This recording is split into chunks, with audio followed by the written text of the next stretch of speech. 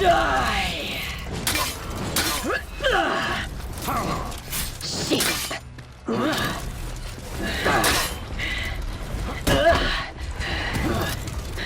I have to go now. My planet needs me.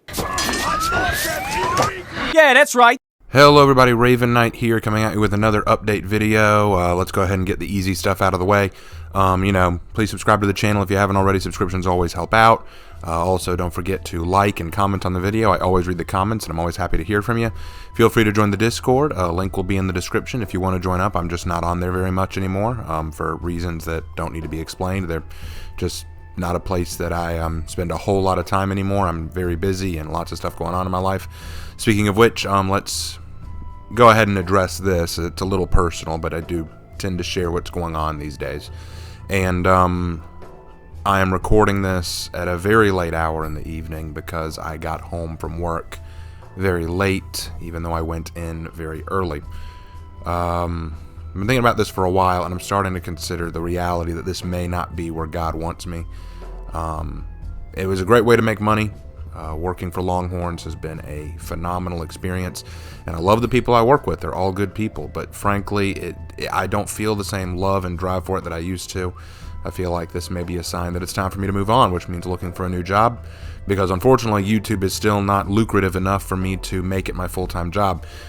If I could make maybe $1,000 to $2,000 a month off of YouTube, we wouldn't even be having this conversation. I could very easily just drop my job and say, hey, I'm going to do this full time. But I think on average I make about $400 to $500 a month, which that's just enough to maybe cover rent, but that's about it.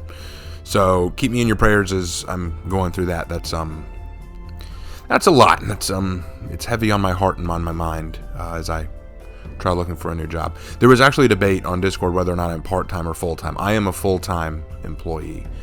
Not part-time. I work 5 days out of the week. Most shifts, 8 or 9 hour shifts. It's about 45 hours a week, give or take. In fact, today I probably pulled about 13 to 14 hours just today. Whew, boy. Anyway, enough of that. Let's talk about the stuff you really want to hear. So my current thoughts on For Honor Year 6. What do I think of Year 6 so far? I love it. It's really fun. I've been enjoying a whole lot of it. The fantasy feel I thought would be super distracting. Nah, I think it fits pretty well. In fact, I've heard a lot of people theorizing that this whole event mode that we're seeing is just a myth about Heathmore. We're seeing like one of the ancient legends or stories told about the very first warden, kind of like I hear like Paul Bunyan or stuff like that, like a tall tale, like you hear a little kid in Heathmore, Daddy, who was the first warden? And so they said, well, the first warden was Lord Ramiel, and he tamed a wyvern. Like, really? Like, you know, what kind of one of these legends or lore that you hear about? And if that's the case, that's actually really clever. I'm not sure if that's what they're doing, but that's a clever idea. So far, I don't feel it hurts anything. I've been enjoying it. Now, the cross-platform thing, yeah, people are still talking about that. Some are saying it feels great, getting to expand the number of people you play with. Some people welcome it. Other people say, no, it's impossible because the people I play are just so much better because they have such ease of playing on their PCs and stuff like that. I don't know. In fact, it's kind of funny. I would get my butt kicked by some players, and I'd think, oh, they must be PC. But then I check, they're on PS. They're on a PlayStation, so I'm like, oh, okay, so maybe I just need to get better. You know, it's like I haven't really noticed that big of a difference. I'm loving the battle pass. I'm loving playing all these characters. I really like the event game mode. It's really fun. I hope that people keep playing that, and it's really enjoyable. I think the only thing I miss right now is I wish that I can invite other people to play with me now that we're cross-platform. So hey, once we get to that point, we'll be doing swell. You know, I think it's going real well. Speaking of Lord Ramiel, the short story, I think part 1 of it or whatever, has been released. I'm going to read it, and then I'm going to do a review of it, talk about what I think about it, do a lore video on it maybe. And then I'm also, this was a question I was asked, and I think it's an interesting question, who is better, Lord Ramiel or Apollyon? Because both are very popular characters right now. People are talking about how Chad Lord Ramiel is, taming an actual dragon, and then of course there's Apollyon, so who's better? So I might do a video on that just for fun. But more on For Honor. Orochi Heroes in History is being wrapped up. I am currently getting the footage that I need to for Orochi, which is a pain. I don't like playing Orochi. It just makes me feel dirty, and I'm not good at him, which is even worse. It's one of those things where I'm like, oh, Orochi, such a awful character. I hate playing Orochi, but then I actually play them and I'm terrible, so I have no room to complain. And also the next Legends video is to be determined. I hope you guys really liked the Kyoshin one. Worked really hard on Sojiro's story. If y'all liked it, please let me know in the comments. And which one's your favorite so far? Which Legends have you enjoyed the most? A lot of people have said Ruth is the one they've enjoyed the most, but I was hoping Sojiro might really catch some eyes. Really enjoyed working on him. I got to think about who I do next. I'll release a poll pretty soon asking that question. So that's For Honor so far, and still enjoying it, still excited for what's coming. I've heard some people talking about the coming testing grounds and what they've seen for Shaolin and Conk. I've heard some people say, oh, we don't like what they're doing for Conk, and others saying, oh, we don't like what they're doing for Shaolin. I don't know. I'm just going to wait and see what they do, because right now, anything's better than what Conk is right now. I just don't like Conk right now. I really don't. But that's neither here nor there. So on to other things besides For Honor. The final Prince of Egypt analysis video is being scripted right now. I don't know when it'll be done. I'm hoping sometime next week. We'll have to see. But I'm working very hard on that one. I want to get that series done so that I can move on to more philosophy videos. Where I want to go back to Kung Fu Panda and address Shifu as a character and talk about Confucianism a bit more. I kind of touched on it in the Oogway video, but I want to touch on Shifu too. So I want to wrap that up and then see what other kids movies I can talk about that had philosophies and cultural aspects that you might not have thought of. There's a whole world of stuff out there to talk about, and I'd love to do it. So we'll see what happens. If you haven't seen the Prince of Egypt analysis yet, it's a long series that I'm doing where I look over the Prince of Egypt movie from DreamWorks and basically break down the biblical accuracies and inaccuracies in it. Also talking about the theology, the culture, the the narration about it, the narrative, that kind of thing. So it's been a lot of fun to work on, and I look forward to wrapping it up. Also, while I'm thinking about it, I'm also doing the Dead by Daylight analysis series again. I released the Hillbilly one. It wasn't my best, I'll admit. I'm kind of getting the feel back for this, plus I'm not very good at Hillbilly. So I'm going to do a Survivor next time. I think it's going to be Jake Park. And then after that, I might break convention, because I didn't realize this, but apparently Dead by Daylight released Sadako, or the Ringu girl. And she is a monster that I actually have a bit of a history with, so I may go ahead and jump onto her video a little while later, but we'll see. I need to think about that one, but expect something like that in the near future. In other news, working on getting into some other games besides just For Honor. I tried my hand, obviously, at some new games that just recently released, one of which was Horizon Forbidden West. I played it for a while, and I did not like it. I'd take that back. I like the world, I like the gameplay, I like the setup, I like the graphics and the art, I like all that. I hate the main character, and Aloy herself is such a Mary Sue. She is such a bitch. I cannot stand her. I cannot stand her character. I really do not like her. She always has this smug, come-off-ish personality. I really, really don't like her, so I actually got to a point where I just couldn't stand her. It got to the point I actually said, you know what, I need a break from this game. I cannot play it because of her. So maybe I'll come back to it. And I also, yes, I did get Elden Ring. I did try out Elden Ring.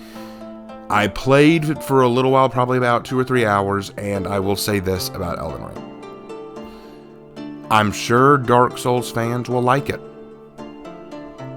Unfortunately, I am not a Dark Souls fan.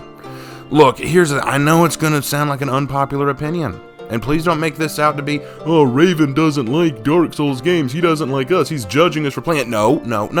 If you like Elden Ring, I'm glad you like Elden Ring. Awesome. I'm sure it appeals to you. It looks cool. It looks amazing. It looks beautiful. It's just not my kind of game. I just don't care for it that much. Dark Souls never appealed to me that much. But you play Neo. Neo and Dark Souls to me aren't quite the same. Yes, Neo is similar to Dark Souls and Bloodborne, but it appealed to me more from a cultural perspective because I studied Japanese history and Neo deals in Japanese history, and I like the fact that it had a very clear set of tutorials and rules and training to help me figure out how the game worked, to the point that I could enjoy it and understand what I was doing. When I started Elden Ring, I felt like I was completely lost. I looked anywhere for a tutorial or somewhere in the game to help me figure out what to play or how to play. I finally got into the open world. I didn't know where to go. I died multiple times to the same bosses because, like, I literally got out into the open world. I'm just wandering, trying to figure out where to go because there's no UI to help me figure out which way I'm supposed to go. So I'm just wandering, and I come across this dude on a horse, and I think, oh, he's a statue or something. He's not moving. Suddenly, he comes right at me and wastes me. I go back to pick up my stuff that I left there after dying. He wastes me again. I finally managed to sneak away from him, only to die to a soldier. I couldn't figure out how to flee or how to roll properly. Nothing really went well for me. And it also doesn't help that the hype was so high. Like, everyone was talking about how amazing this game is. It's so much fun. It's so fantastic. It's so great. And I'm like, it looks great. I just can't get into it. Look, if you love it, I'm glad you love it. I'm glad you like it. And I am so jealous that you can enjoy it more than I can. But for me, I just really couldn't. Maybe I'll come back to it later, and I'm sure I'm going to get plenty of comments saying, look, man, all you got to do to like Elden Ring is not, don't bother, okay? Like, you can love Elden Ring. Maybe I'll come to love it one day. For now, I'm going to focus on For Honor and some other games that are crossing my desk. Like, apparently there's a game called Shifu that someone has asked me to look at. I don't know anything about it, so I'll need to look into that and see what it's all about, but I digress.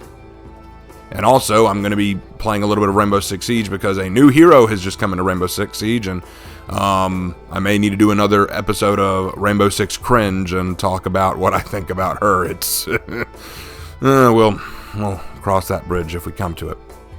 Anyway, that's all I have to say for now, but if you guys like hearing my Ravens rants at the end, this one might appeal to you.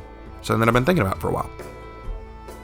This is a question that was asked to me, I think, a couple months ago, but it stirred up again today.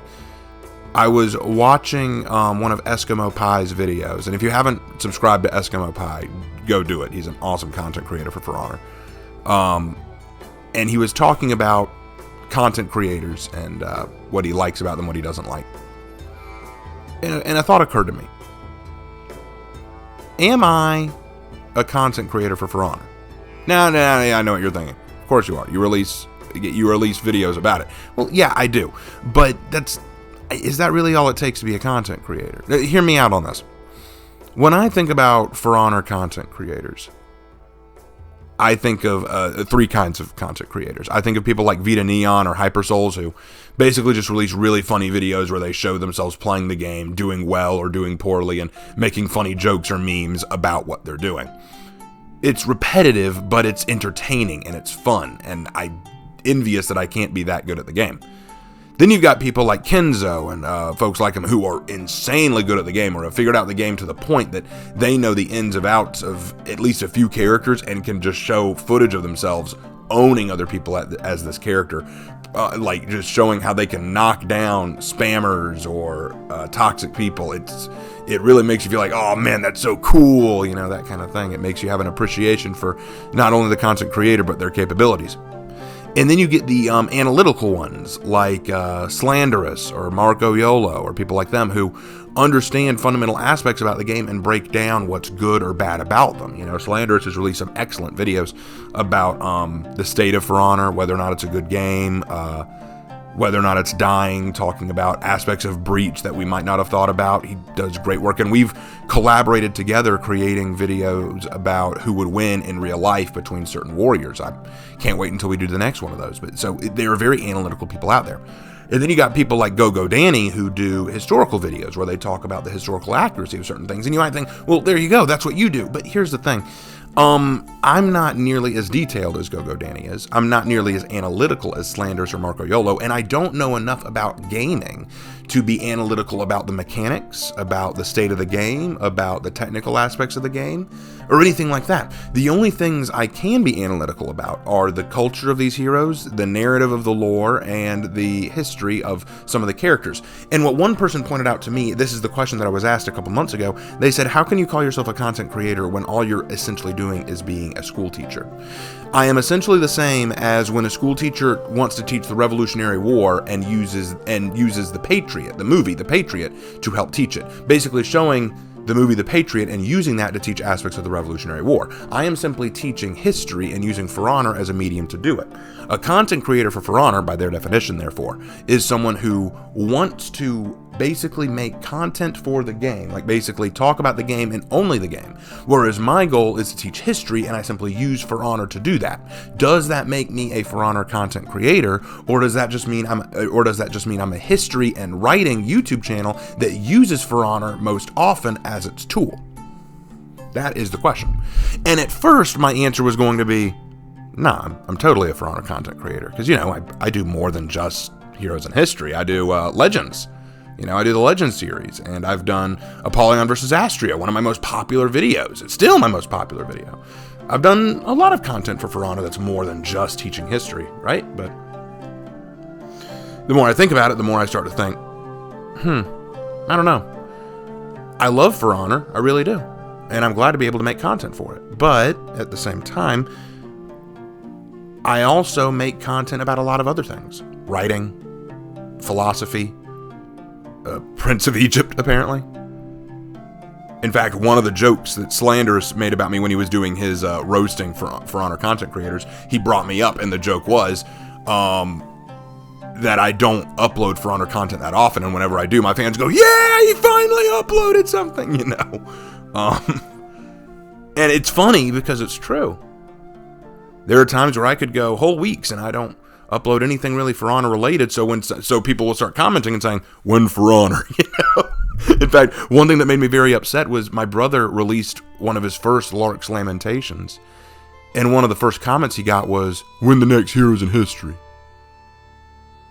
And I was like, no, it wasn't even Heroes in History. It was, "When's the Kyoshi analysis video?" And I was like, really? Are you for real?